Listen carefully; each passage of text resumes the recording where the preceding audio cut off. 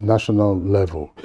With us in the studios this morning to, of course, further the conversation, because of the first two parts, we had no representation from the subnational entities. We'd like to welcome His Excellency Engineer Abdullahi Sule, Executive Governor of Nasarawa State. Your Excellency, glad to have you this morning. Thank you very much. Okay. All right, and then hopefully in the course of the conversation, we'll be joined by two other guests who are taking part in the first part of our conversation, and also in the second part of the conversation. The excerpt that we took a moment ago was pretty brief, Your Excellency, but to provide further context, of course, we know, and you are also aware of the debate in the polity about the focus of development at the subnational level. There are, of course, claims that state governments are focusing on flyovers and bridges and other things that may not have a direct impact on the lives and livelihoods of citizens, as well as their well-being. And this is all coming against the backdrop of the staggering numbers of poor Nigerians. The government was previously targeting 100 million Nigerians to take out of poverty over a 10-year period, but now we're dealing with some 133 million Nigerians who are poor. And the argument is that these poor Nigerians are to be found in states and local governments. And that while the federal government, of course, making its own mistakes, but striving mightily to ensure that all goes well and that all the levers are pulled up to ensure that development comes, that will not appear to be the case in most of the subnational entities. So that's why we're having this conversation, to see our state governments, our local governments focusing on real development that will boost the human development indices, and that if we were to go out today and ask common Nigerians, ordinary Nigerians, even the middle-class Nigerians, to say, how well is your government impacting on you? The answers, of course, would not be quite complimentary. So, Your Excellency, what's happening? Thank you very much for having me, and I'm happy that I'm actually from both sides of the angle. I was purely in the private sector, and I was one of those that would pass uncomplimentary comments. You know, each time government was discussed, each time state governors and local government funds were discussed, and this and that. I'm glad now I'm on the other side that I can see. That's why they say when you are outside the cycle, you think the cycle is empty until you get in there.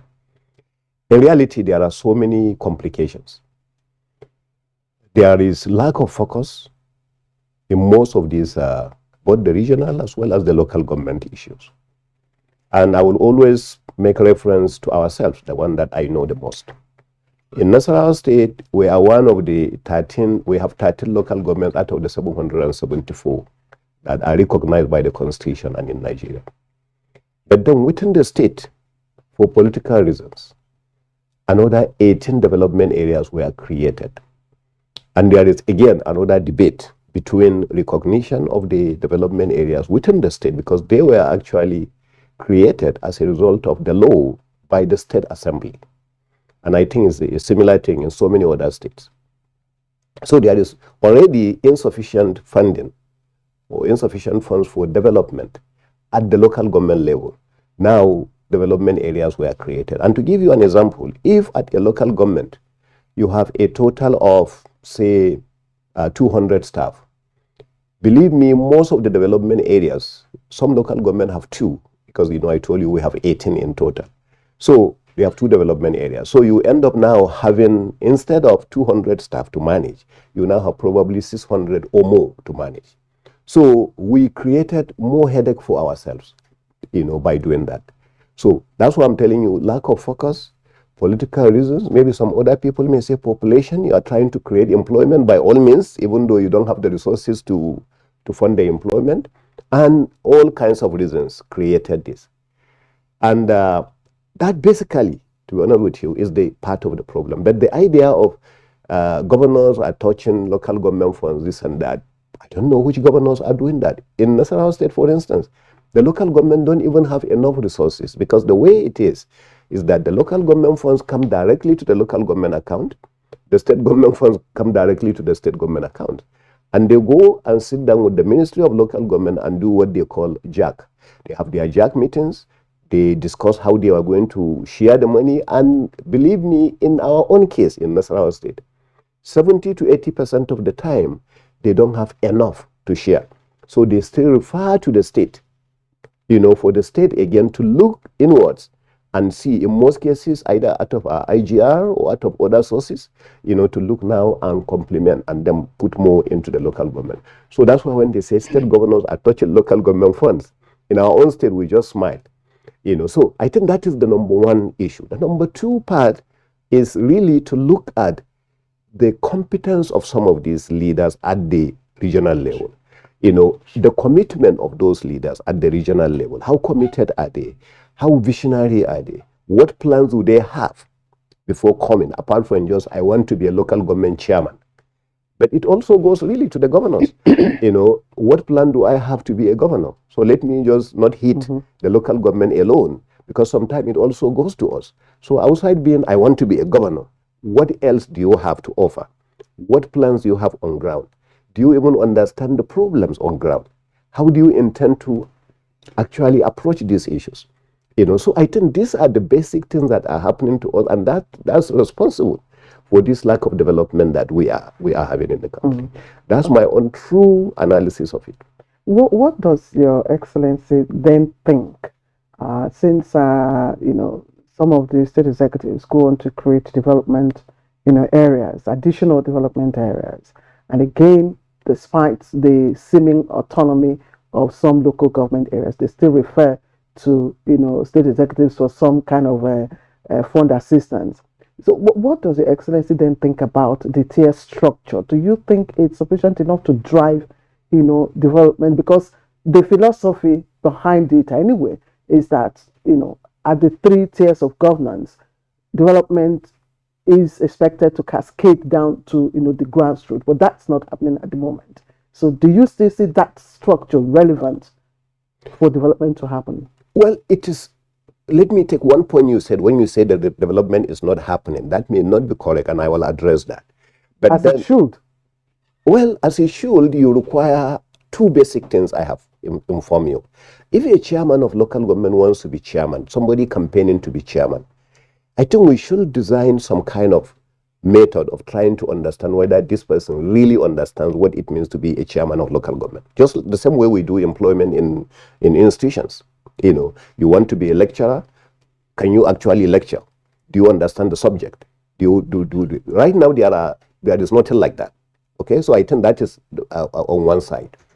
The second part of it that you are talking about is the understanding of the finances. Like you mentioned, do we really think that the structure of this autonomy is working? It cannot work until you take care of all these other indices that I have mentioned to you. Right now, there are some, and I'm sorry to say, there are some local government officials that believe once they have resources, it's for them to enjoy themselves with it. Somebody will not say, okay, today I have received 100 million coming to the local government. So how do we actually take care of this? How much of this is going to go to agriculture? How much of this is going to go to education? How much will go to health? How much is go to that? So the person will just look at it that, how much am I going to use, for other reasons that will either benefit me or benefit my supporters, politically. So I think that's part of the commitment that I have mentioned to you. And again, I always say I don't want to just hit the local government. This happens also even at the state level, at the executives level. You have these, you have some ministries and all that. So the autonomy is a wonderful idea, just like we have wonderful ideas in Nigeria. But the process of implementation of that is always, there are certain things that need to be in place before we go into the deep implementation. Okay, Your Excellency, I think the first reaction I would have is to commend your candor in responding to the issues around lack of development at the subnational level. You have not attempted to say, no, this is not true, X, Y, Z to defend. You've touched on, I believe so far, very cardinal issues. And the impression is that you were part of the conversation in the first and second segments that we had on this program, because these are some of the issues our guests were also talking about. But more importantly, of course, you've used your private sector background as well as the fact of being an insider now to touch on the issues. But let's take one of them. You said, look, whether at the state level, that state governor, or at the local government level, the key issues we are supposed to worry about for somebody to say, I want to run a local government: competence, commitment, and vision. And you can frame all of that around the leadership recruitment process, which is what our guests have talked about.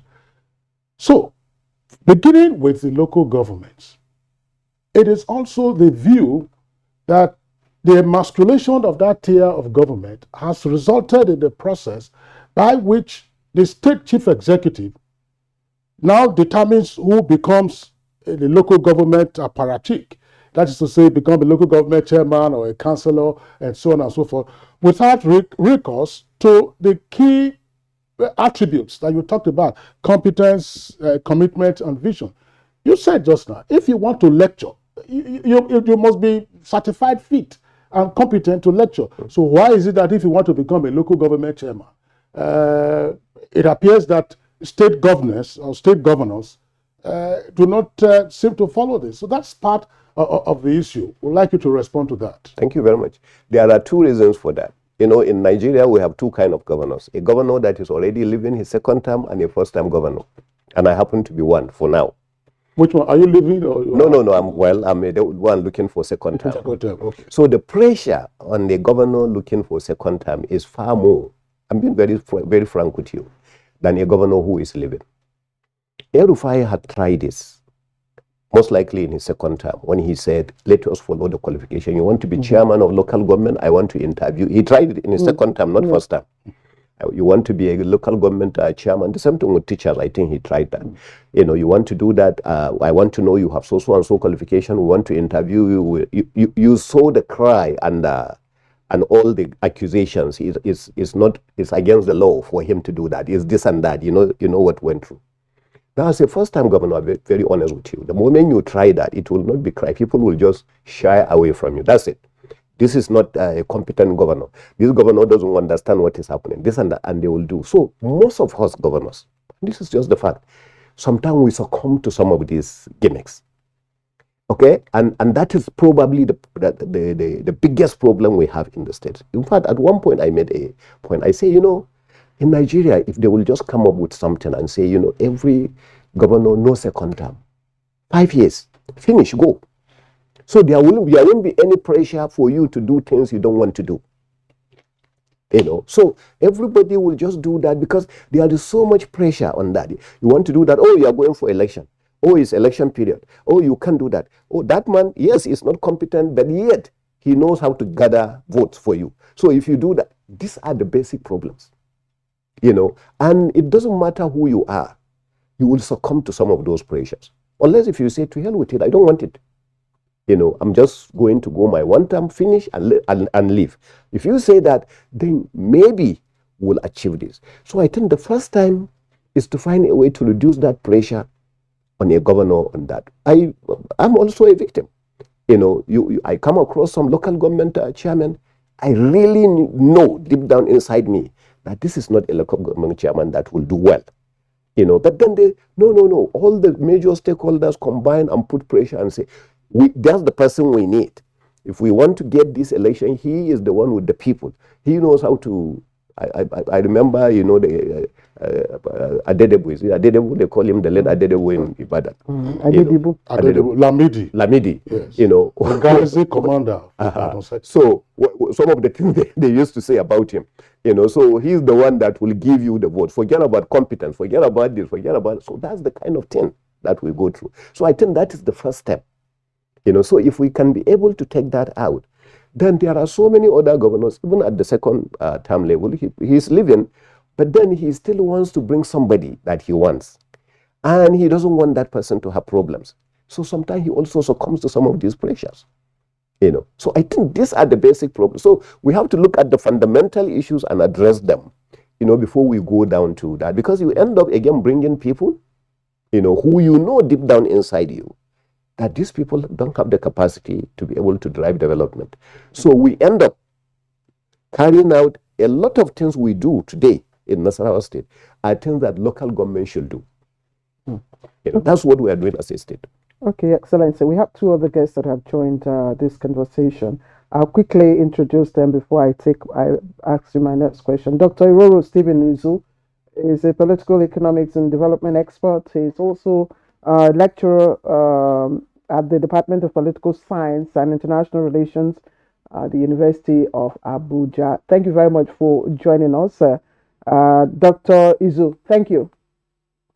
We also have Professor Muhammad Kabiru Isa, and he's a professor of governance, Department of Local Government and Development Studies at the Faculty of Administration, Ahmadu Bello University in Zaria. Professor Isa, thank you once again for joining us. Please let me pause you for a while and then take this question from His Excellency, and I return to you in just a moment.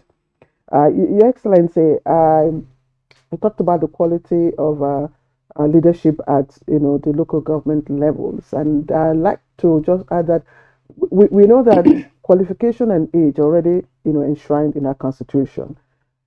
The power to now elect, because that's an elected position, it's now in the hands of the electorate and of course the politicians. So that is another serious matter, to address that the gap that you have identified. But let us look at the role that the executives play in terms of development, in achieving development, the programs and policies that state executives enunciate. We've discovered, and the guests that appeared on this program also discovered and also say that programs and policies are a total disconnect from the people.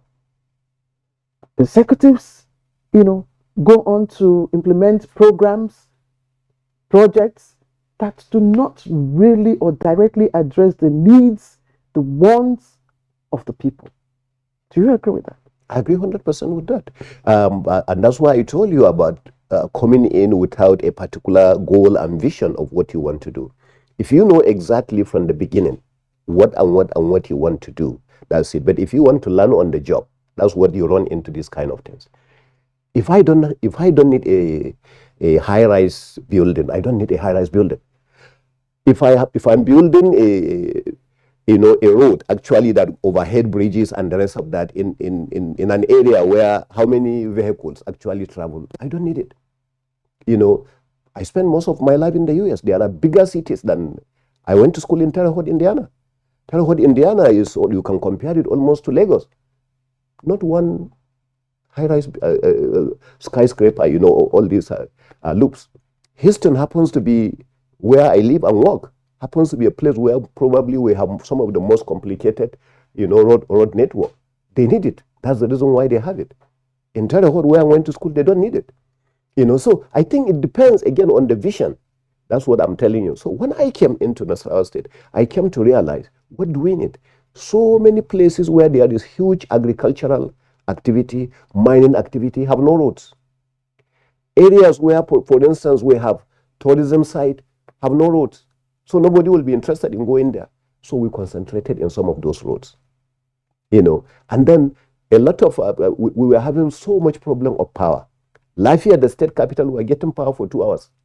So I now focus on ensuring that Lafayette has 24 hours power supply by working with the federal government, by ensuring our 330 substation was ready, so we take each one of these things, and address them based on what I already understood. I didn't come in as a governor until I engaged KPMG to carry out almost 6 months of work to understand what are the problems of Nasarawa State, what are the prospects, how do we approach them, do we have the resources? If we don't, how do we get the resources?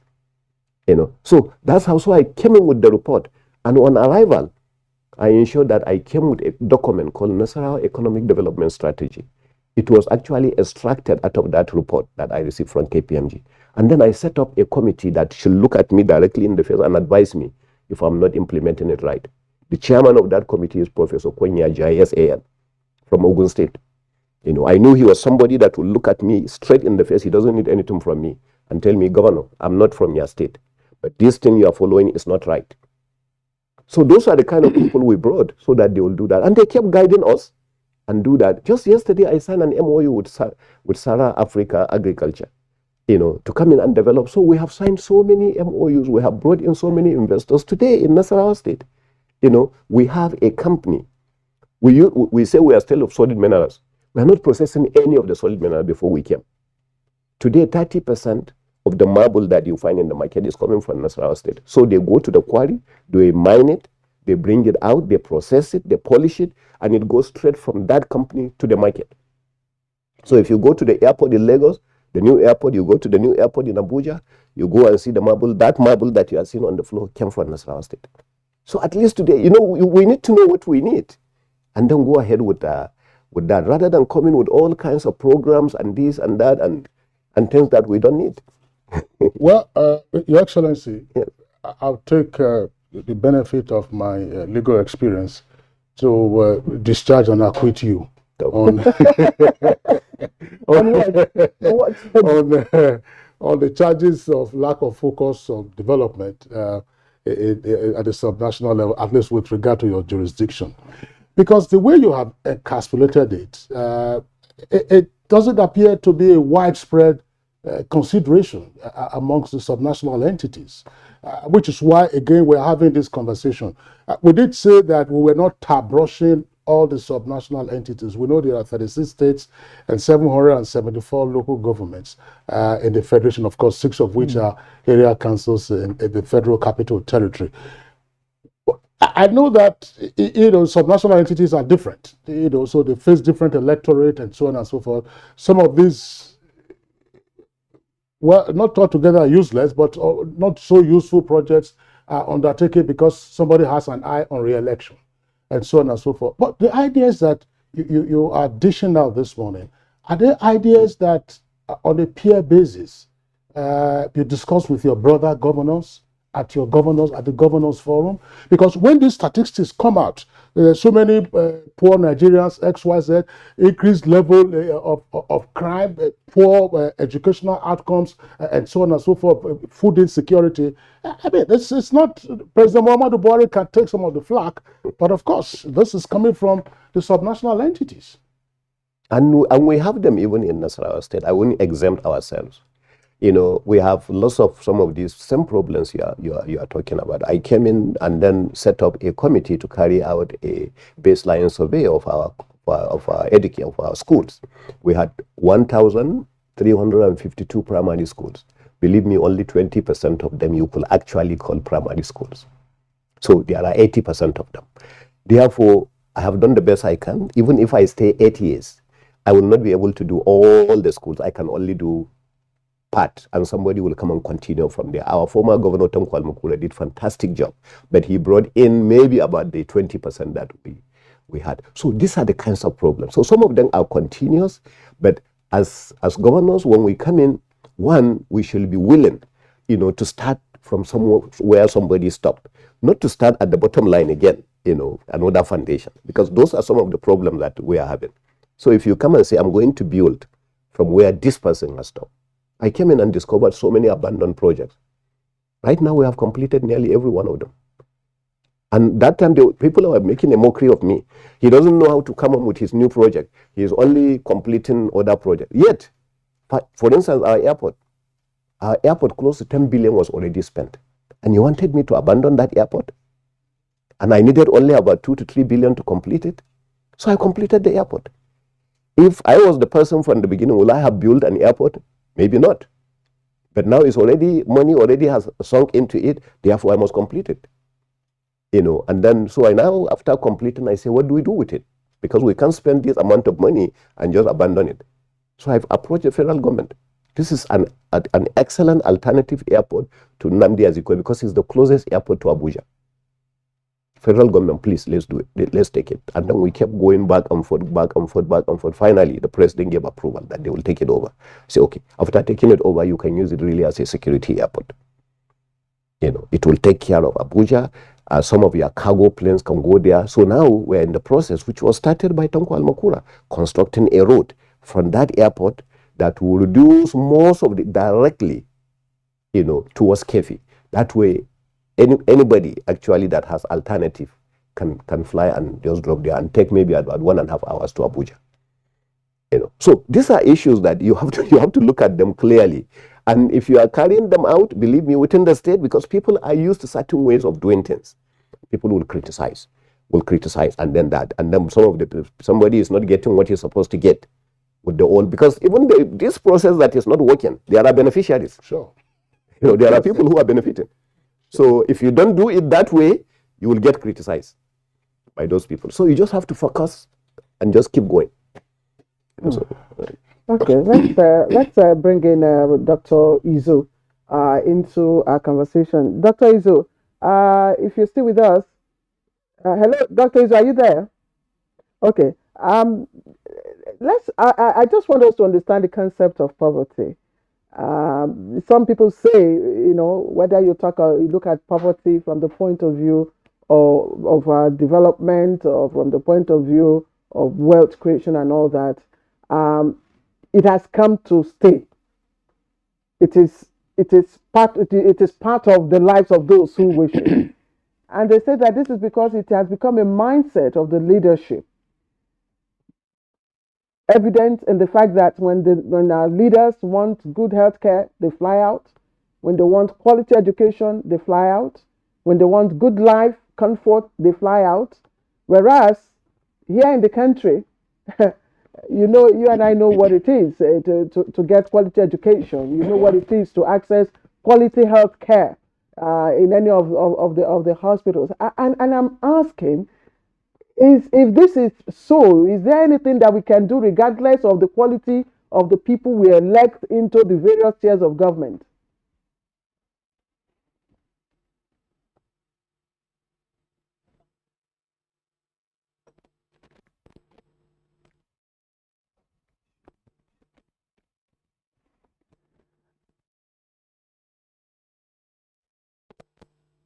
Can't hear you. You may have to unmute your microphone so that we can hear you loud and clear.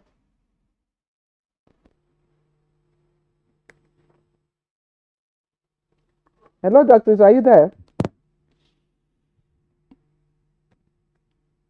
Okay. Can you hear me? Yes, go ahead. We can hear you now. We can hear you. Okay, thank you very much.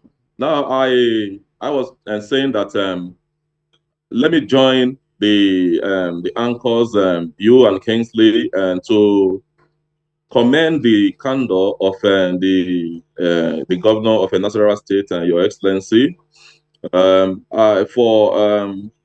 deconstructing the issue very, very dispassionately. Now, we know that there are several states, several governors who cannot boldly, talk the way you are talking regarding issues that concern the local government performance in their states, and of course, and the issues that border on development generally. Now, because we have traveled, across the length and breadth of the country, and we know the reality on ground. I'm a very familiar person to Nasarawa State. I travel Nasarawa State often. I crisscross the state, and I know that you are doing your bit. However, I want to state that poverty, as I mentioned on Monday, has become weaponized in Nigeria. Many politicians in Nigeria still have that tendency of desperation. They are desperate, to capture power. They are desperate to retain power. They are even desperate to regenerate power when they lose it. So because of that desperation, because of that desperado, mentality, one of the ways, they can, continue to recycle themselves is to make the people impoverished. So this idea that we're trying to discountenance, this idea of a lack of development at the local government level or at the subnational level, to many of them, it is not a matter of concern, because as a politician, as a leader that is elected by the people, now somebody said that development simply means freedom. Freedom from lack and want, freedom, from poverty, freedom from ignorance. But on daily basis, we see that Nigerians, keep on being put in the drag net, of poverty. Nigeria was not the headquarters of poverty before. Bangladesh, India, and some of these countries will be the headquarters of poverty before. How did we now take that position of being the headquarters of poverty? It's because of what Shina Achebe said, the failure or the unwillingness of leaders, to take up the responsibility of the demands of their office.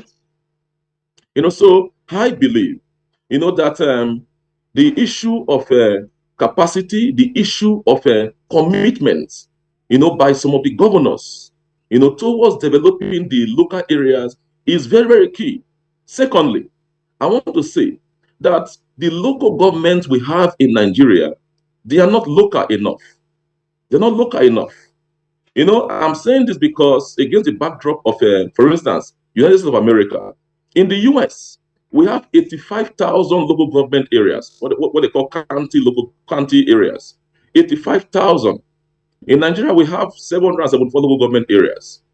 They are not local enough. That is why you see many governors creating development areas, which are not really, developing the areas because they are not constitutional. They are not. They don't have the legal muscle to actually engender the development that they want to, and bring about. So what I'm trying to say is this: the local governments in Nigeria, one, need to be increased to make them more local. Because if you go to my local government area, for instance, from my hometown to the local government headquarters is very far. It's a distance. Look at Nasarawa State, for instance. Karo local government area is too big to be one local government area. So the local government areas, they need to be further broken, and increased in number so that they can be more local and gender development at the local government areas, as we want it to be. And secondly, they need to be autonomous. The issue of autonomy cannot be overflowed. We have talked about it severally, but it cannot be overflowed.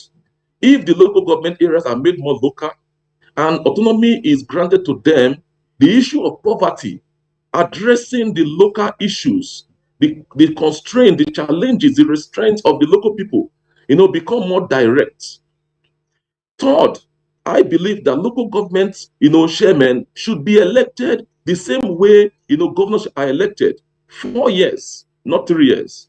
The reason why some governors have hijacked the local government, machinery, to their own, advantage and to the disadvantage of the local people is because they are the ones that superintend over the conduct of election in the local government areas. And so some of them put their cronies there, people who lack capacity.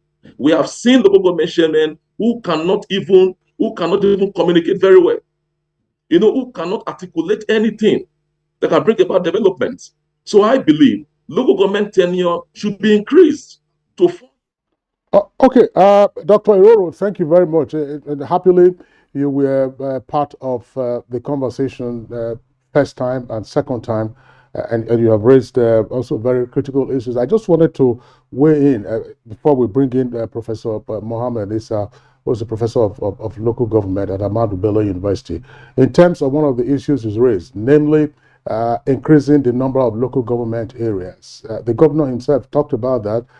We know what happened in Lagos. We still have the local government development area councils or something in Lagos. We have it in Nasarawa. But the governor also raised the issue of the costs of maintaining the bureaucracy in those locations. So if that then becomes a consideration, then of course it means that you'll be spending more on overheads and the so-called recurrent expenditure rather than on development. But of course, the point you noted about bringing development closer to the people is taken. We're all aware that the 774 local governments we have now were created during the military era, including the states that we also have.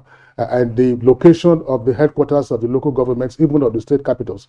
Delta, for instance, where you come from, you know that there was a big fight, whether it was the real Delta that was created with capital in Asaba, or the capital should have been in Warri. So some of these local government headquarters were put there for reasons not necessarily of efficiency or otherwise. Dr. Iroro, thanks. We're going to come back to you later in the course of the conversation. Now let's bring in Professor Mohammed Kabir Isa of Ahmadu Bello University. Professor Isa, you've listened to your brother, academic, as well as His Excellency respond. I earlier said that he's touched on some very critical issues, leadership, recruitment process, and the candor with which he is taking that. And he says that sometimes, I mean, for instance, you find a local government chairman or a local government operative, and you say, this is not the kind of person I ordinarily would have had, but I'm stuck with the person. So be it. What do you think can be done further to ramp up development at the subnational levels? Prof. Thank you, Kingsley. It's a pleasure to be part of the third part of the program this morning. Now, first, Your Excellency, I want to assure you that you people are seriously raping and abusing the Constitution in the way and manner you work with the Area Development Council. If you go back to the Supreme Court judgment of 2006, in the case between the federal government and Lagos State, Abia State, Niger State, and a host of other states, and the 2006 Supreme Court judgment, the Constitution of the Federal Republic of Nigeria only recognizes existing local government. So it does not recognize any structure called Area Development Council or whatever name you choose to call it. Now, Lagos State government fell back to, you remember, I think between 2003, 4, 5, 6, many states, in fact, I remember Kaduna State about 59 local government, Lagos State about 67 and so on. But with that Supreme Court judgment, many of the states ran back and reverted back to the old local government. Now, part of the implication of the Supreme Court judgment is that you cannot use money meant for allocated to the constitutionally recognized local government as listed in the first schedule for some area development council created by the state because they are not recognized in the Constitution. That's one thing to worry about. And that's one thing I want governors and the country to worry about. And this is the prank and the basis upon which we are calling for local government autonomy. Now, another thing which we need to correct, that's Decree 36, which is the basis of the 1999 Constitution. We use Decree 36 to elect the president, the governors, and so on. It is the transition decree. And chapter 1 to 5 or 6 of that decree is on local government. In fact, the name of the decree is Local Government and Basic Transition Decree. In that decree, sections of the decree mention about tenure of local government chairman, the executive powers of local government chairman, how to impeach the chairman, and the functions of the local government. Because they found out that that would be a duplication since the 1999 Constitution is, if you like, is an uplift or upgrade of this 1979 Constitution. So that decree subsists, except where it runs contrary or contradictory to the provisions of the 1999 Constitution. But governors have turned blind eye to that decree. Thirdly, there is a local government financial memorandum. Just like if you go into the federal government, you have a financial regulation, you have a general rule, you have a financial rule. In the state service, there's a general rule, and in the local government, there's a document called the financial memorandum, which guides how local government finances should be operated. Now, because they want to truncate autonomy for local government, that document has been set aside. If you go, I can assure you, to all the 774 local government, only a few have that document in existence. And this document was shared out in 1999. It was shared out in 2004. I was part of it, and I know. But if you go to local governments now, I did a program recently, and I asked all the people in the audience, do you know a financial memorandum? Majority of them have never seen it. They've only heard about it. And so the financial memorandum is the basis upon which the Nigerian Financial Intelligence Unit works, is the basis upon which the ICPC works, is the basis upon which the EFCC engages the local government. But if you go to the local government, some chairmen don't know about it. They don't know what it is. Some councillors don't know. Even some heads of the department don't know that. Now, but that again aside, let me also dispel a problem, which the governor amplified. The local government is not an employment generation agency. If you look at the basis upon which we created local government is not an employment generation agency. It's a service providing agency. But because the local governments are not attractive to the right qualified type of people, Doctors don't work there. Good people are not attracted. The pay is bad. And then the working condition is bad. There's poor service, poor pay. And then politicians have turned the local government into a, if you like, a place for paying back party loyalists for supporting them. So that was why, for example, if you find in Kaduna State, El-Rufai found out that many schools exist on ground in paper, but in reality, they don't exist. In paper, they exist, they don't exist on the ground because they have been created to favor party loyalists. So you have ward chairman having his wife employed in primary schools and in the local government secretariat. You have the chairman local government employed, the state chairman of party, and so on. So it's a gratification agency, if you like. That is what we have turned the local government. And a large part of it is because the local government, through our previous constitutional processes and transition program, have become a very veritable basis for election in Nigeria. And that is the most important thing. And that is why I have talked about the fact that, you see, again, Kingsley, we cannot talk about subnational development as if the subnational exists out of a frame of the national project called Nigeria. We cannot successfully talk about subnational development outside the main frame of the development. In fact, if you look at the constitution and the provisions of the constitution, especially the fourth schedule of the 1999 constitution, local government is the basis of national planning in Nigeria. National planning, if it exists, must start at the local government level. All the local government plans constitute the state plan. All the state plan become the basis of the national plan. So the local government have been hamstrung, twisted, and stifled out of existence to create a basis to continue to plunder. This is my view, and this is very true. I've covered all the major parts of the country, particularly the northern state, and I know all the local government, the extreme part. For example, all right, Professor Mohammed Issa, thank you very much for the views that you have raised. Let me interject before my colleague Claire comes to pose the next question to His Excellency. We need to clear a few things. Under our legal system, you talked about the decree that was transitional for the introduction of the Fourth Republic, namely the 1999 Constitution, as subsequently amended. We have 4 amendments to the Constitution. Once a transitional law, in this case a decree, has achieved its purpose, it falls into abeyance, which is why if you were to go into the composite laws of the Federation of Nigeria as at 2004, you are unlikely to find the decree to which you referred, which means that law is no longer in existence. What is in existence is the constitution that it brought into being. And if you have reference to Section 7 of the 1999 Constitution, it guarantees a democratically elected local government system.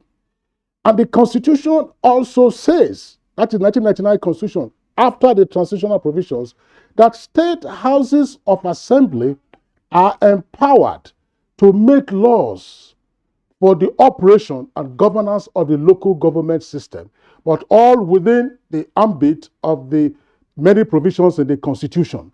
For instance, if you look at Section 162, that is the sharing of funds, local government joint account, the fourth schedule to which we refer to, which is functions of local government. So every other provision in the pre-existing decrees, they have fallen into abeyance. Anyone who seeks to make recourse to them can borrow from the provisions therein, but in enacting fresh provisions. So local government laws that we have now are laws passed by the respective state houses of assembly. Right, Claire.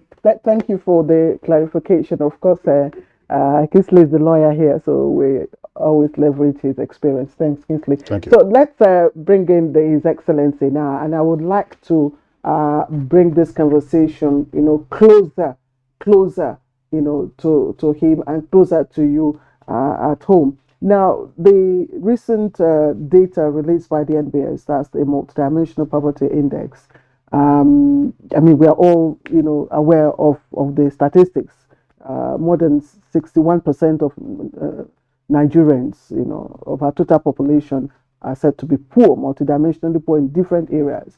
Now, the drivers, according to NBS, are education, food insecurity, health, and I think nutrition, thereabout.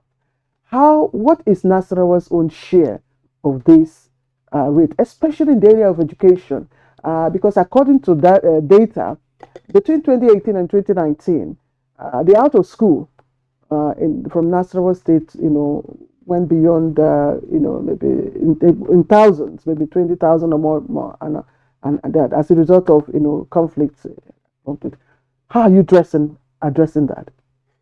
Thank you very much. I think before I do that, let me take on one item that the professor also mentioned. I'm happy that Kinsley has addressed most of the legal part that he had mentioned. I think the professor has spoken as a professor, and sometimes it is not necessarily exactly the way it is going to go, when you come into the practical aspect of what it is.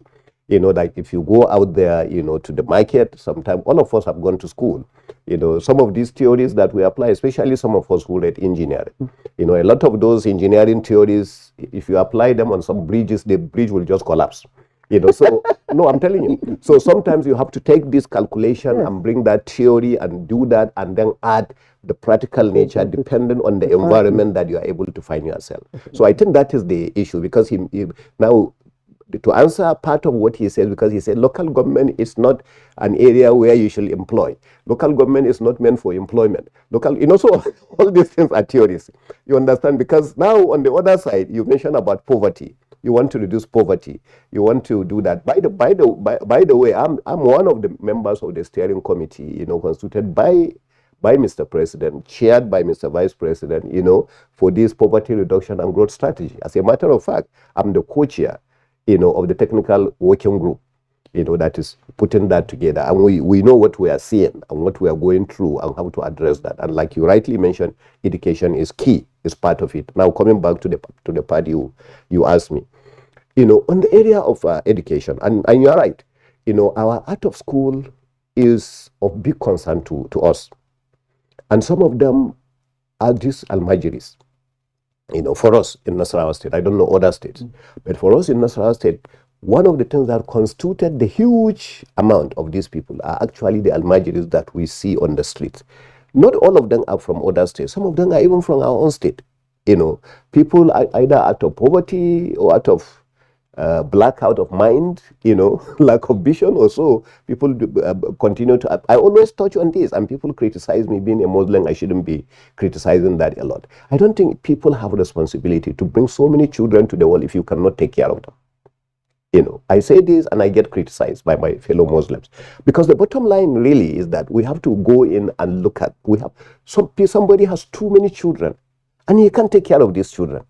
So that's how we end up with exactly what you are saying here, because he can't pay for their school fees to go to school. I know how many messages I receive every morning. Yes, especially the expressway emptying into cafe. Yes. You find them lined. Well, you're lucky you don't come to Lafia. We wish the university is in Lafia. That way you can also see what you see in Lafia. So these are the things that we go through. They are of big concern. And are you saying the northern governors, for instance, because this is even more in the north, than other places. I have looked at the poverty index that you have mentioned. Maybe the worst 4 or 5 states are northern states. Yeah. So that's what we go through continuously. And so we try to address them as northern governors. How do we do that? How do we address that? How do we do that? And the number one hit is education, you have mentioned. That's the number one.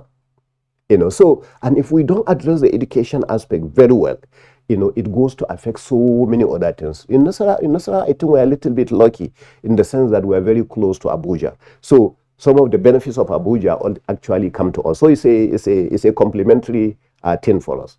So some good things from Abuja, we get affected. Some bad things from Abuja also come to us. So it's both ways. But on education, I think it's beneficial in that case, because like one of them mentioned, Karu should have been 3 or 4 local government council. But now look at how much revenue is Karu generating. Due to the lack of vision and lack of capacity and lack of competence that we are talking about, how much revenue is. If I tell you, sometime you will cry. You say, Karu? How can Karu generate that kind of revenue? Before we came in, the entire Nasarawa state was generating about 500 million a month, IGR. We are lucky now, we are a little bit about 1.5. But Nasarawa, as I said, we should be generating 3 to 5 billion naira a month. So these are all some of the issues. But you have budgeted, I think, I don't know if it's the highest, 2023 appropriation bill. You had 37 billion, if I'm wrong, correct. 37%. 37, for education. What is that supposed to address, basically? Well, supposed to address all our inadequacies. I mentioned to you, out of the 1,300 plus primary schools that we have, only 20% of them you will call primary school. So what is lacking? Why are the other ones not called? Either because they don't have the teachers, qualified teachers.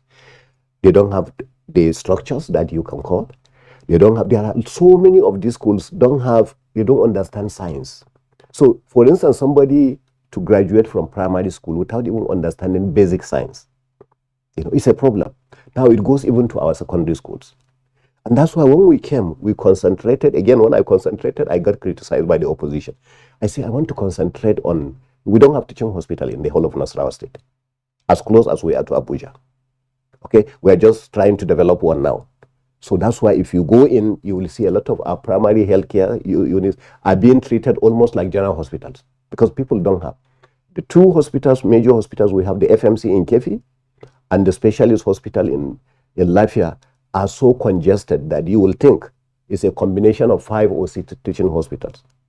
So these are the issues. And do we have doctors in Nasarawa State? Majority of the doctors we have in Nasarawa State are not even from Nasarawa State. So sometimes I get held hostage, because of these kinds of things. So we say we'll concentrate on science. We'll develop science schools. We'll do that, at least 2 in every senatorial zone, so that we can focus on that. We'll concentrate on, in order to reduce this poverty, using education, we'll go ahead and develop some of the vocational technical institutions so that people will be self-employed. We'll bring people and become welders, fitter machinists, air conditioner, refrigerators, this radio mechanics and the rest of that, so that they can go in and be able to eat and get something. They don't have to wait for government job or company jobs.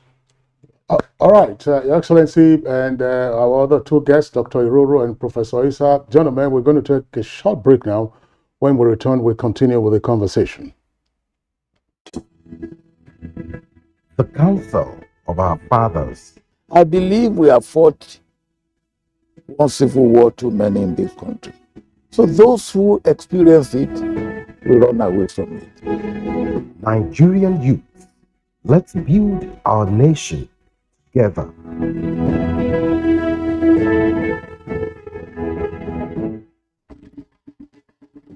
To every politician, as the campaigns gain momentum and passions begin to rise, remember, the errors of your opponents do not make you a success. Do not run down your opponent and inflame passions to violence between and among your supporters. What counts is what you plan to do for the electorate and how you intend to relieve the sufferings and bring succor. Nigeria is in dire need of patriotic leaders at all levels, leaders who will make national development their priority. Concentrate on telling the electorate what you intend to do when you get into office. Focus on making your vision clear to the electorate. Don't engage in verbal abuses, fake news, or speeches. Keep dealing with issues that will bring progress. You win the hearts and minds of the people by being above board, by being civil, patriotic, and showing empathy. Let's join hands to make the 2023 elections peaceful. A message from the National Orientation Agency. Critical military objectives of total defeats of the terrorists in the Northeast is already been achieved. Synchronized group and air operations have continued to inflict huge casualties on the terrorists and have been forcing many of them, including their commanders and emirs, to surrender in droves with members of their families. Whilst areas where terrorists hitherto had some freedom of actions are being cleared and socio-economic life is gradually returning to the most parts of the Northeast. As while internal displaced persons are now returning to their ancestral homes to start life all over in dignity under a safe and more secure environment. This message is brought to you from the Federal Ministry of Information and Culture. The security situation in Nigeria has been reasonably stable in spite of activities of unpatriotic elements engaged in various criminal activities around the country. Daily situation reports coming in from states. 2 months ago, it has shown relative peace on many of our highways, such as Abuja, Kaduna, Kaduna Birnin Gwari, Sokoto, Zamfara, Zamfara, Kaduna. This message is brought to you from the Federal Ministry of Information and Culture.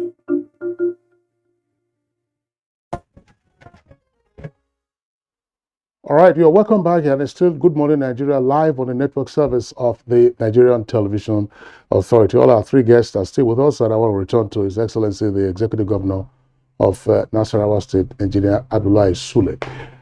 Engineer Sule, you tell us something about the persuasion for what you are doing, or the perspective that you have. Are you driven by a private sector background? Were you always in politics? That's one. Perhaps I should pause there, and then before I bring in the whole issue of local government development, let me bring it in just briefly so you can keep it in a KIV. One, local governments are supposed to be the fulcrum of development at the state level. So you look at the functions in the fourth schedule to the Constitution, and then you also look at the entire concept of development of a state. They are supposed to be part of it. But the quarrel that we have had is that local governments have been emasculated. A number of their functions have been taken over. I mean, look, just waste management, for instance. We know that some state governments are bragging with having waste management authorities and so on and so forth. But these are local duties that so that the state can be concerned about higher other things.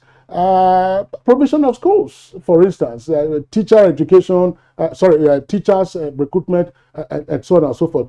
Again, we're talking about citing the example of your state. I don't know how many of your brother colleagues can beat their chest and openly say, this is what we have and this is what we are dealing with. So, one, explain so that people can benefit from your vision or your attitude to say, look, how did you get into all of this? And why are you doing this? And the second aspect, if we have time, my colleague doesn't pick that up, to say, look, why is it that local governments continue to be emasculated from the development of a state?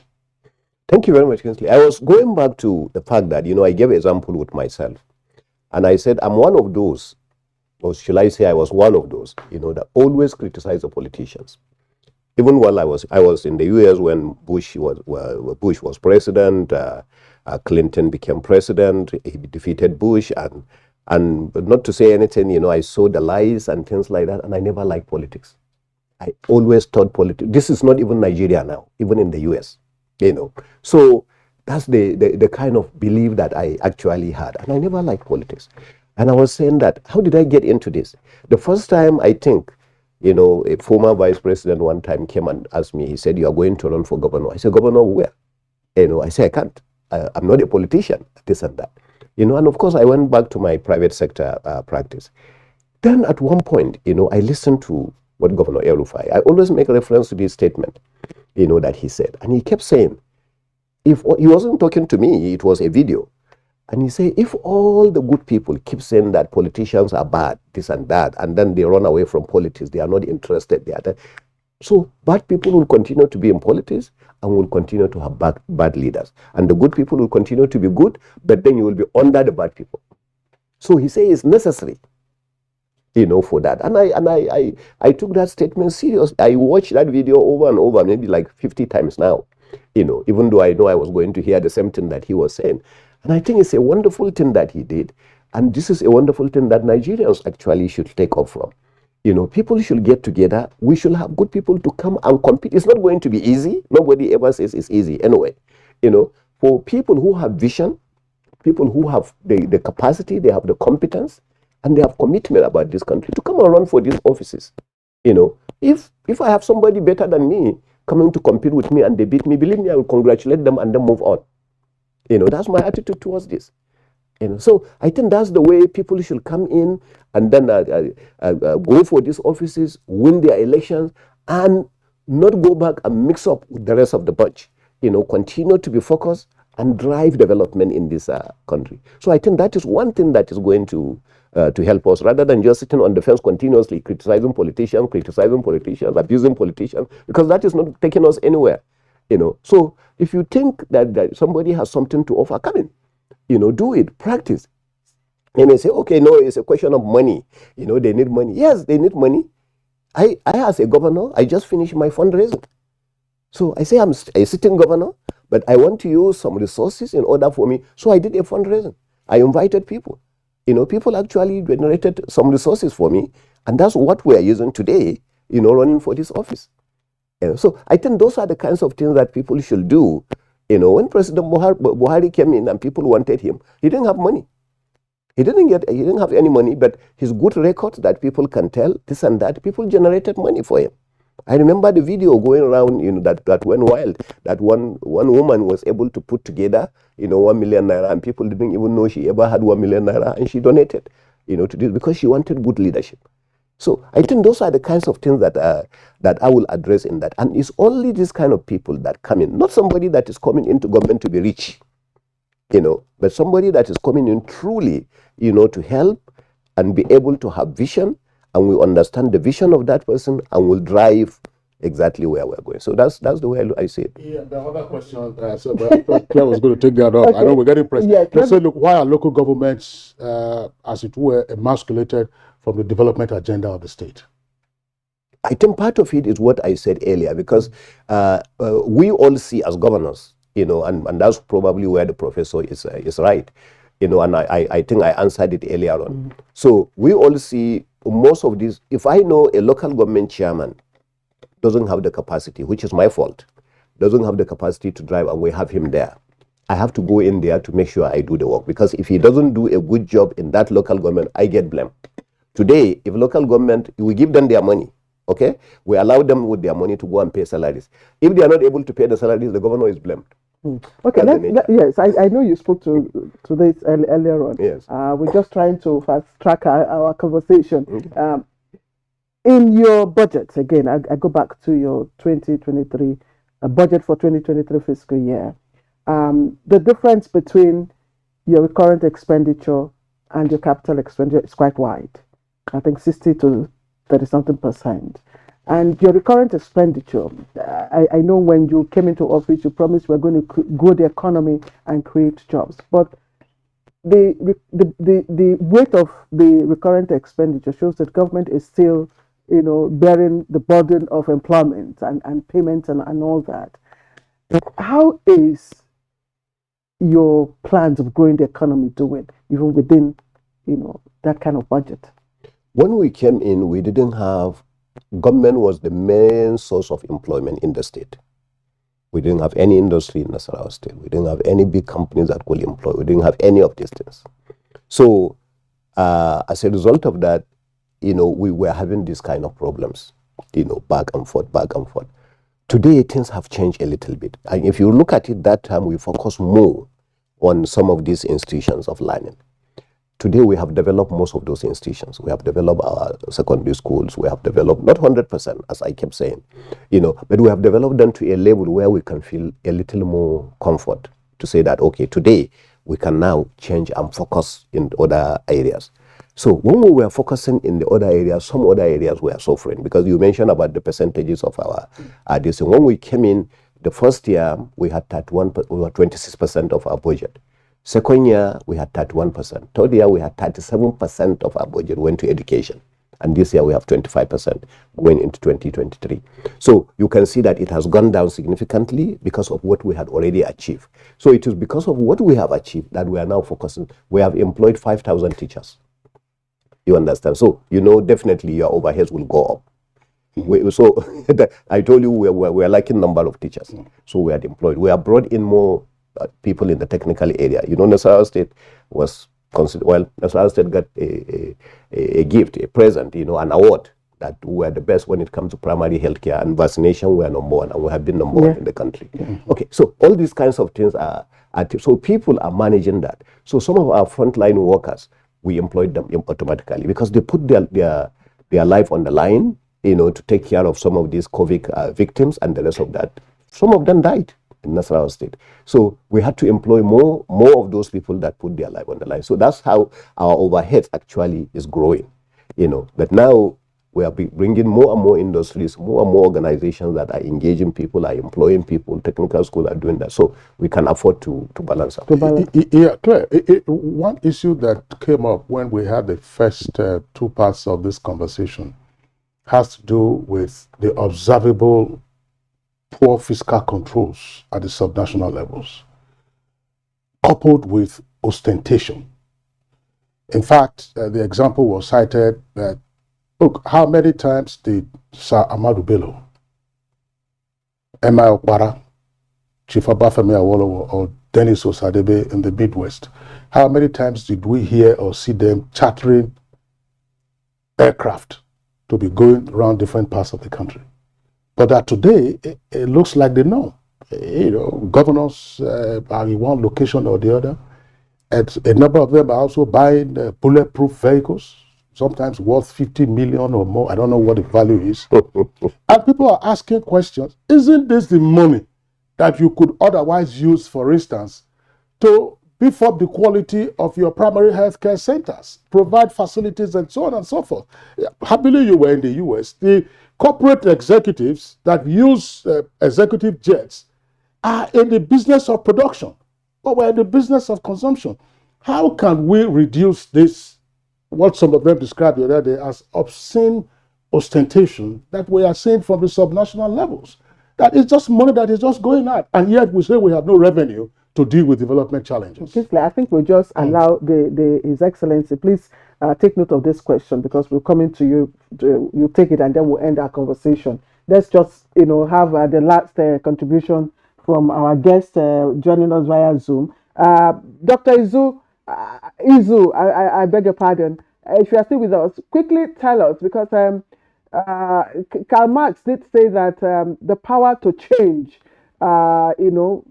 society lies in the hands of the workers, of the people, of the electorate, and the electoral reform, was meant to give more power to the people so that we're able to elect quality leaders, at the various tiers of government, even as His Excellency and yourselves have also indicated.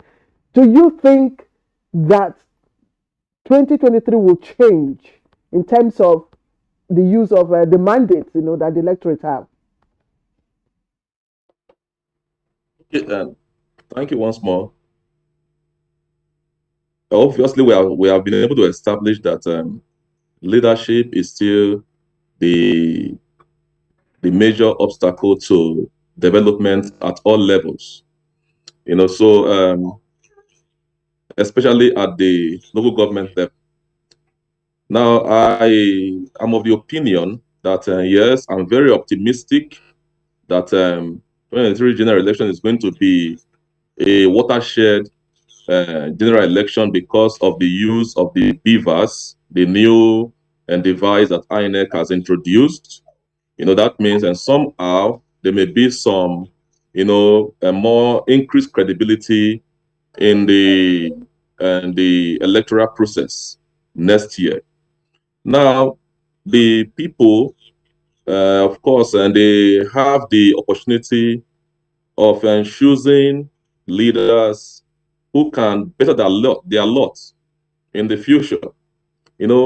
However, I've also said, that the real issue here is the local government. The local government, their own election is not often is not guaranteed.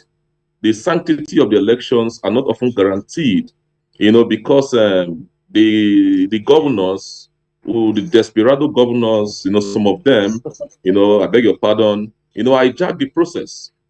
So if we're talking about presidential level now, for instance, as a governorship level, I can say, yes, the people can determine some kind of change, that will take place. But at the local government level, for now, the people cannot, determine anything except, the beavers, of course, the effect of the beavers can still cascade, to the local government level. All right, Dr. Izo, thank you. Thank you very much. Let's bring in Professor Issa right now. Professor Issa, what do you think? How can we, because we seem to, put the whole blame on the local, on the leadership at the local government, but that they are not the sole, they are not solely responsible. I mean, it's a collective thing. So how can we use 2023 to change the narrative? Briefly, please. Thank you very much for bringing me back. Again, I beg to differ slightly. People are looking at the tail end of the process, not at the root and the original organic origin of the process. For me, our political parties are not, in the real sense, they do not fit into the pristine definition of political parties. And so, political parties that we have are political association. And that is why you have people move from one point to the other. For me, the process, the election process, has not thrown up the best of candidates for us, because the process has been hijacked. Why are we blind to the fact that all the primaries were done with dollars? Candidates emerge spending money. And why is it so difficult for people to see that the value of the naira dwindled to the dollar? Simply because of primary elections. These are glaring. It's all over the pages of papers. It's there.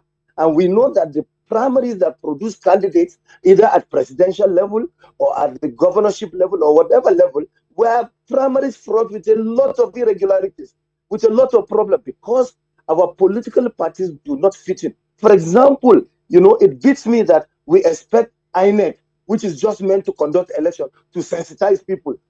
It is the primary mundane job of political parties to sensitize its followers, to register, to vote. It is the job of political parties to do this. And this is not just theory. This is praxis. This is mixing theory with practice. So for me, the process which produces all the candidates is fraught with a lot of irregularities. So while we're looking at election is the tail end of the process. The entire value chain of election is fraught with problems. And that's my view. Now, if you come back to the issue of local government, we need to contextualize local government autonomy. Local government autonomy has political ramification, dimension. It has financial dimension. It has operational and structural dimension. Taking especially, Kingsley, that provisions of Section 7 and Section 8 that you mentioned in the 1999 Constitution. Now, if you look at local government autonomy from the political ramification or dimension, is that, in the process of recruiting who becomes what, when and how at the political level in local government, it is not just the governors. I'm happy Governor Abdullahi mentioned it. It's a problem of elite, local elite in the local government. It's a problem of the state elite. They determine who gets what, who is who. And so that is why my take on the problem of Nigeria, and that's why I said there's a mystification of subnational development. It cannot be contextualized outside the national frame. And that is why I said the solution lies in nation building, state building. Because nation building, you need to build the character of the people. I recall I told you the Chinese, when they did their revolution, they started with a cultural revolution to attack the issue of patriotism and nationalism. And state building is building the right institutions, right structures to be able to push people. So that people believe in Nigeria and people believe in the processes. And if you look, Professor Issa, thank you. I mean, it's always a delight having you on Good Morning Nigeria. And this aspect of the conversation is going to continue. I mean, we have an elite challenge with us in all ramifications and all the structural and political and economic dimensions to local government issues. These are matters we'll take up subsequently. Let's come back to His Excellency. Your Excellency, my question was KIV'd by my colleague, namely issues around poor fiscal controls at the state level and ostentation in the midst of misery.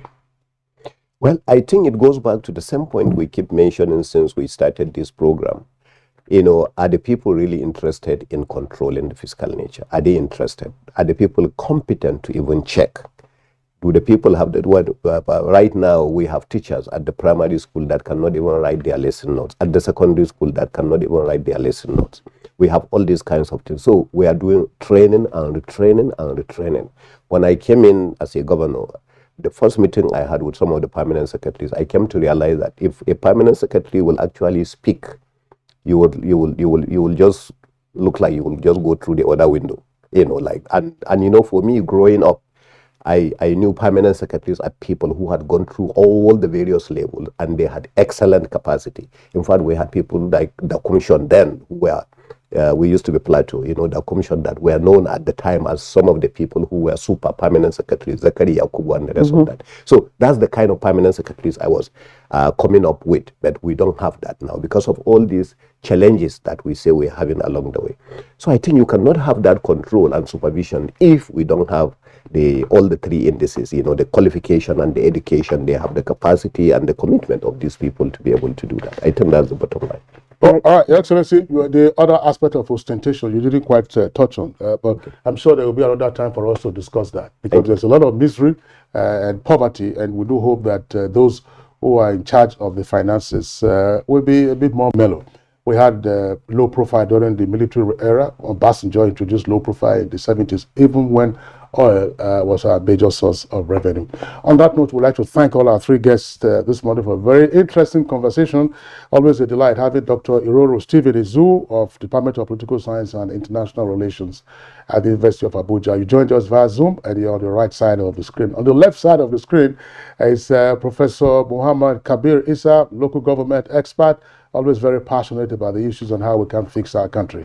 Gentlemen, thank you very much for being part of our discussion. Here in the studios, we had His Excellency, the Executive Governor of Nasarawa State, Engineer Abdullahi Sule. As we said, we appreciate your deep candor and your prescription for the way forward so that our country, of course, will have better indices. Thank you for being our guest this morning. Thank you very much.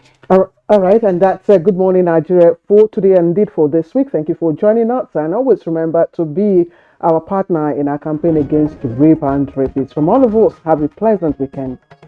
I'm Kingsley Osadola saying, look after yourselves.